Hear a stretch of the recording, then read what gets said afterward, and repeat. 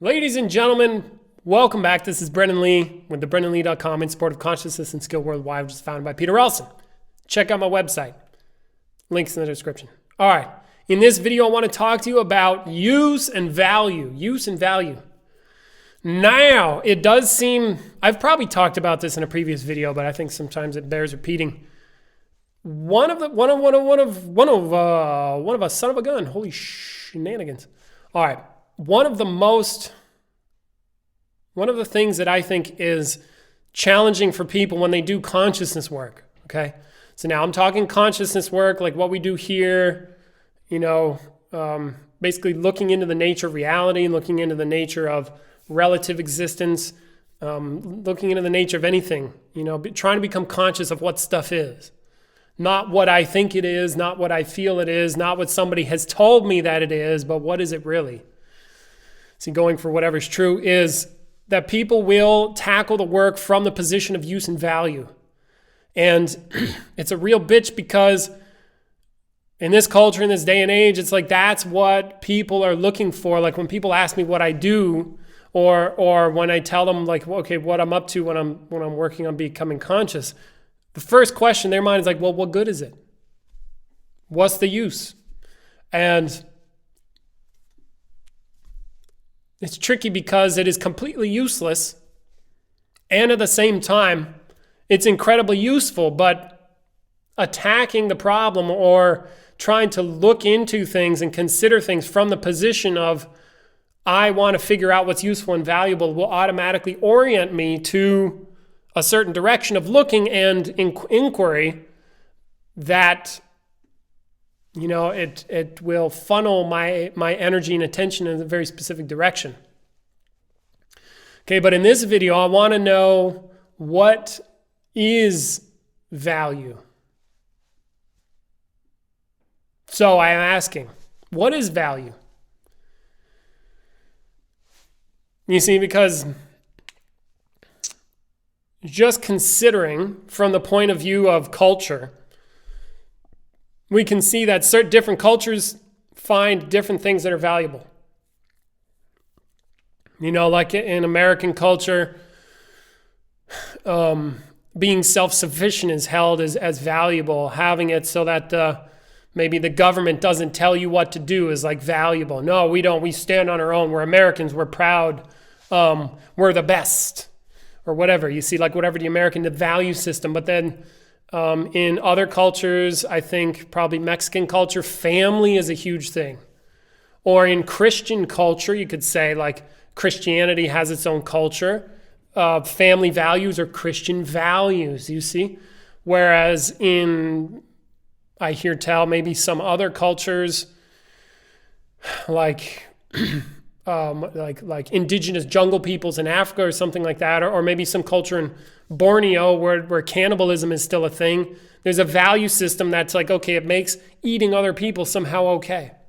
Where from our culture, we can't fathom that. It's like, well, doesn't everybody think and have the same values as we do? No, and the value systems can be wildly different. Or, listening about some of the stuff they had in place in Hawaii back in the day, a woman couldn't step in a man's footprints, or something about the footprints. You can't like walk in the footprints of the king. If you do, then they're like super harsh punishment. Or,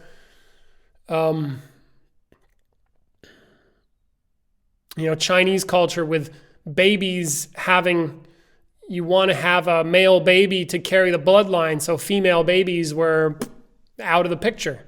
You see, it's like these different values, right? And the reason I'm talking about values from different cultures is I want to try to elucidate, like, one, whatever you hold as useful and valuable is not all there is, nor how could what you hold as useful and valuable be all there is.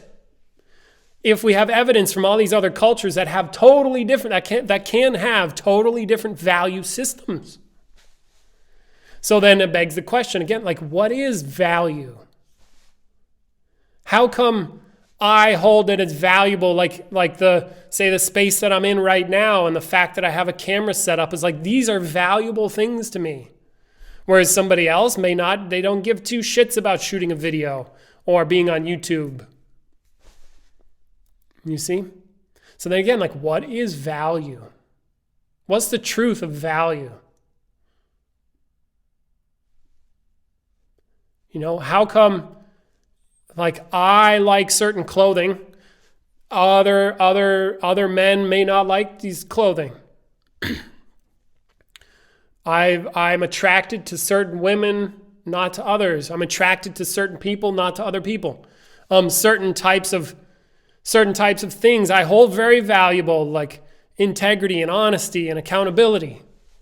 These are like, okay, these are valuable. Whereas maybe in some other place, like maybe you're seen as valuable if you can lie, cheat, and steal, and like that's valuable, or that's where you gain status in some sort of culture. You see, so then what is value? You see? Because we can't say, if I'm trying to be conscious of what value is, I can't say for sure if the source of what value is valuable or not. You see, how does value itself get to exist? See, that's what I want to know, like value. I can see, it seems to me that value, yet as if communicated, like what is a baby when you look at a baby and you flip off a baby?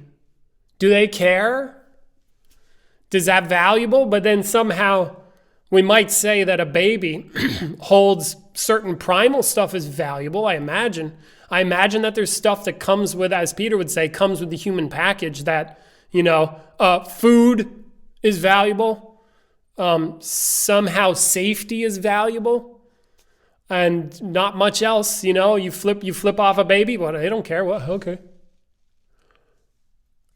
You see, you flash $1 million in front of a baby. You show off your bling, or like they check out you got a Lamborghini and you're showing it off to a baby. You think the baby cares? Yet you do.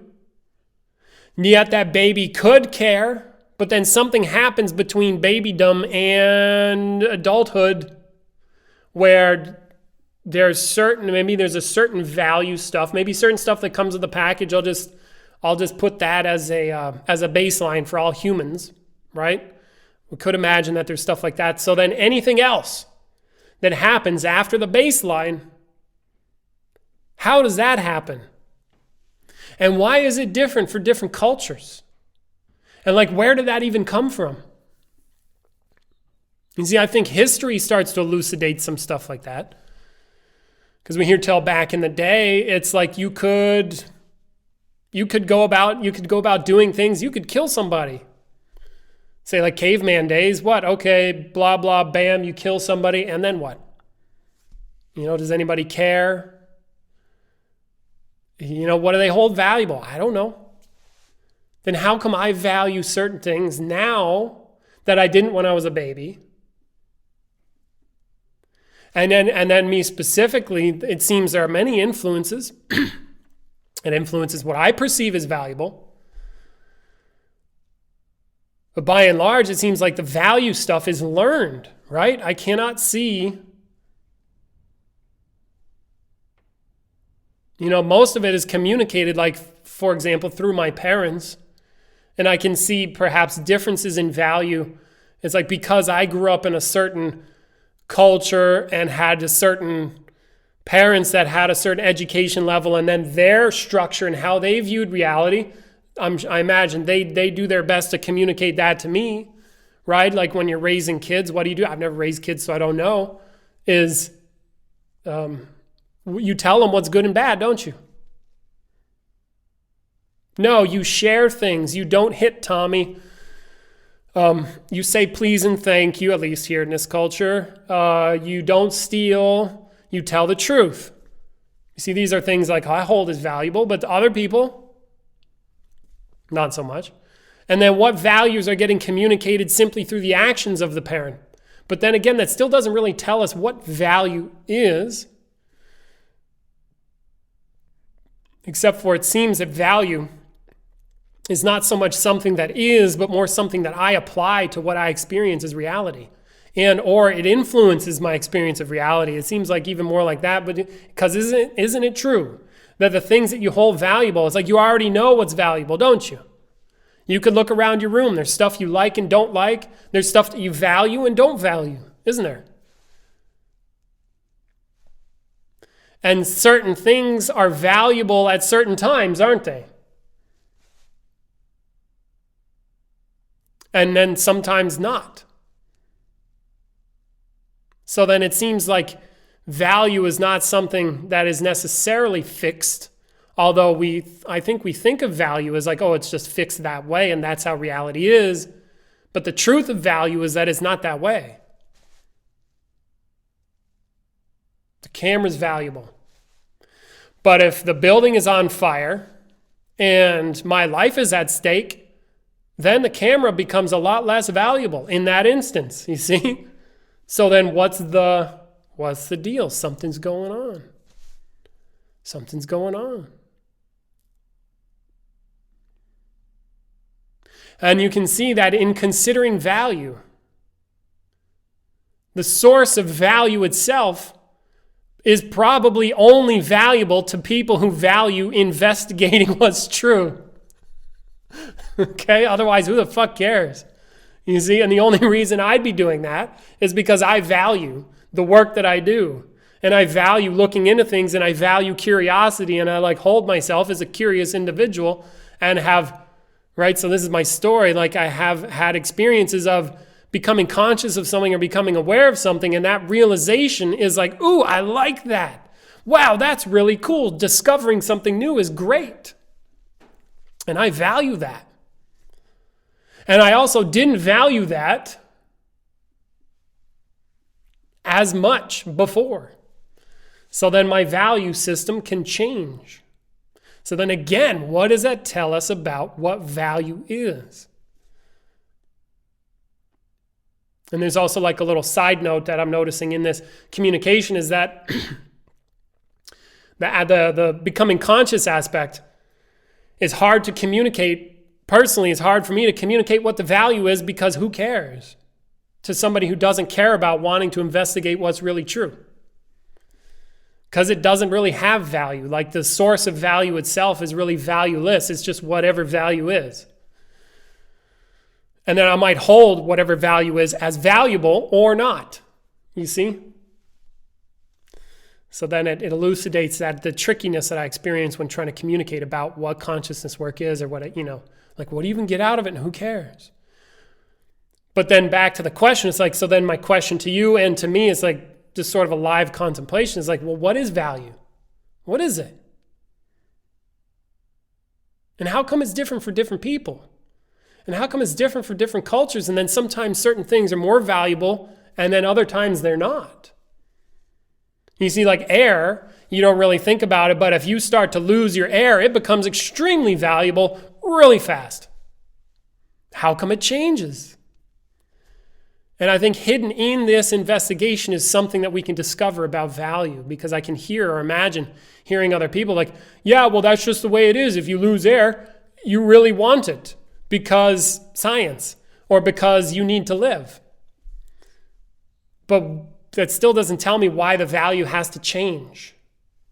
Like Peter would say, it's like investigate the overlooked obvious, like consider in this obviousness, like things are obviously valuable and they're obviously valuable for different people at different times and different value systems and layers of values.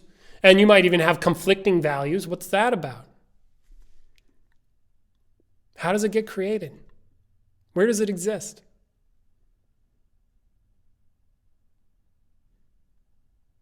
So that's some stuff I was considering. I wanted to do a live consideration with you. If you want, put down in the comments what you discover about value. I would like to hear what you come up with. And what's the truth about that? Okay? So thank you very much. This is Brennan Lee. Closing spiel. Visit my website if you want to get a little bit serious. I have a free video course if you want to get more serious. Hey, check the links in the description. You can buy something from me so I can give you, hey, value, huh? and or work with me or come do a workshop. That's even more powerful than just listening to videos. So if you want to get serious, check the links in the description. Otherwise, this is Brendan Lee with thebrendonlee.com in support of consciousness and skill worldwide, founded by Peter Ralston. Until next time, take it easy.